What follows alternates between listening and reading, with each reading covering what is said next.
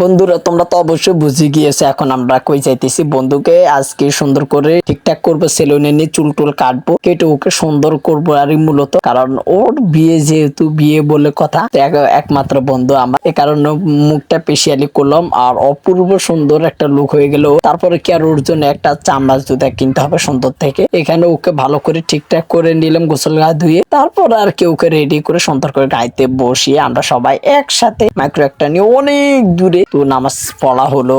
মধ্যখানে থেমে নামাজ পড়া শেষ করে সোজা গাড়িতে বসে রওনা দিয়ে সোজা চলে আসলাম। এসে দেখতেছি এখানে কি পরিমাণ বৃষ্টি হইতেছে। এই বৃষ্টির মধ্যে কি এক অবস্থা করে ফেললো ওনারা দাঁড়িয়ে রেখে আমাদেরকে। আর আমার বন্ধুকে তার ফুফাতো ভাই কোলে করে নিয়ে সোজা ছাদে দিয়ে আসলো। এসে আসার পর এখানে সবাই ফটো তুললো। আর বিয়ে শাদীর কাজ কমপ্লিট শেষ করে আমি আর ও খানা খেলাম একসাথে। খানাটা না খাওয়া